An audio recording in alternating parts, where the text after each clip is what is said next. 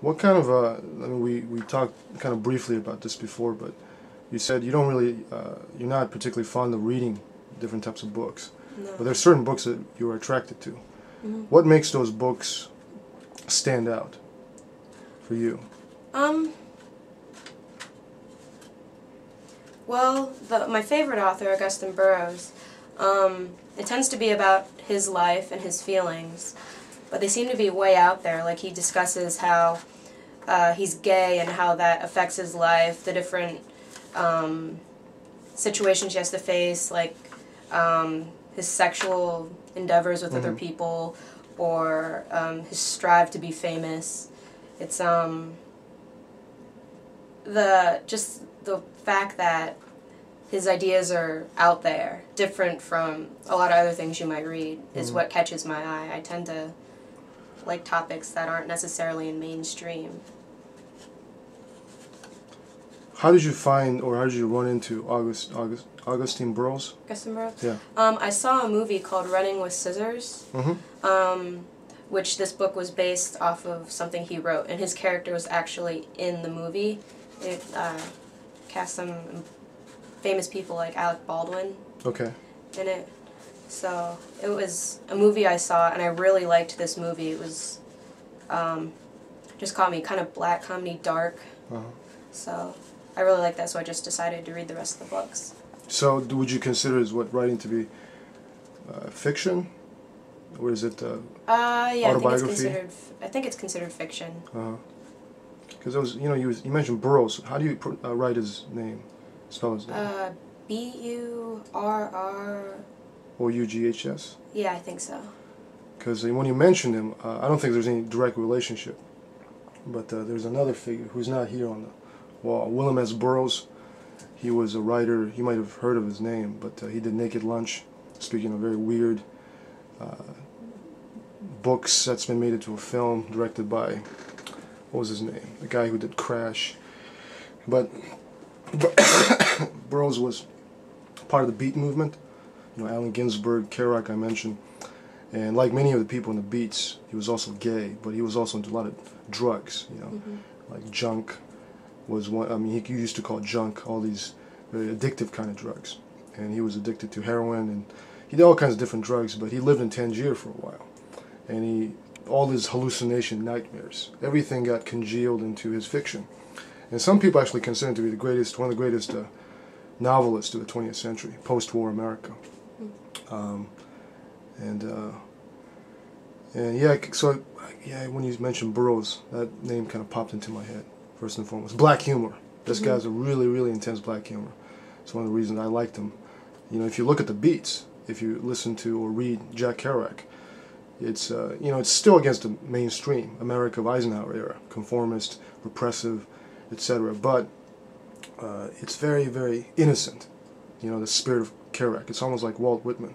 But Burroughs is very dark, and he's got a huge influence on people like the Velvet Underground, Andy Warhol, Lou Reed, and of course heavy metal. Right, that term heavy metal for a musical genre came from his book, one of his work. So, what other writer did you say you liked? I think I remember you saying. It was one when I was younger, Tamora Pierce. Yeah. It had to do with dragons and magic and things like that. It was just something that I got into when I was younger. But now it seems zombies are my passion. Really? Have you seen Zombieland? Oh yeah, that was a great movie. Really? Oh, I wanted to watch it. Yeah. What if you have to list 3 best zombie movies? What would you list? Dawn of the Dead by George A. Romero. The first one or the remake? I'd say it was the remake, I think. Zombieland, the one that was just out.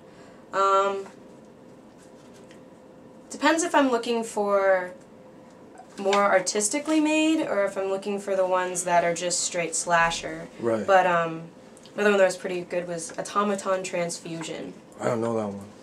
No, it was Video Spectrum. I have a membership there. I tend to just watch different movies that appeal to my... Automaton Spectre? Automaton Transfusion. Transfusion. And that's like more slasher? Or is it artistically conceived? No, just straight slasher. Straight slasher? Yeah. It could be very fun. George Romero's first zombie movie, Night of the Living Dead. Oh, yeah. Have you seen it? Yeah. What would you think of it? It wasn't bad. I say some of the zombie movies that go back, the Evil Dead 2, those movies. Yeah. Those are just kind of classics, you know, Yeah, really yeah. funny ones Yeah, that yeah, ended yeah. up, you know. I don't think I saw the second one, but I did see the first one. Saw What- one, you kind of saw the rest. What is there. what is the attraction of zombie movies? You know, like today, of course we know that people are doing zombie versus humans. That game happened about a month ago. What do you think attracts a lot of people to zombies? Well, vampires too. You know, with all these different movies about them. Maybe the chase, or the fact that it's just so out there that people could turn into something so disgusting and then eat other people. Yeah. No one wants to think about something like that. Yeah. But I just thought it was a fascinating idea. Right.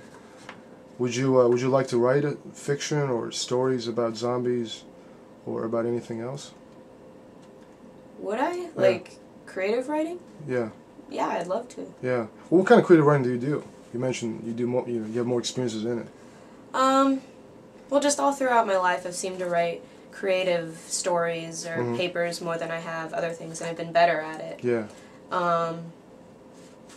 Just whatever comes to my mind. Were these for a class, or was it just for yourself? Well, for myself, I used to write poetry, but it was just for a class, creative writing. It tended to be. Poetry I'd write on my own.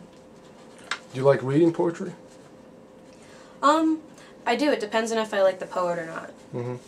But I really like Emily Dickinson. Yeah, classic. Really dark. I like to learn more about her.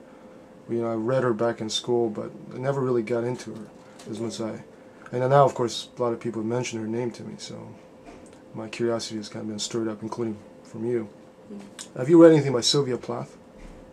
That name sounds familiar. Yeah, she did The Bell Jar, and speaking of dark poetry, she's a little darker than Emily. Well, kind of think of Emily Dickinson in the 20th century, and if she had committed suicide.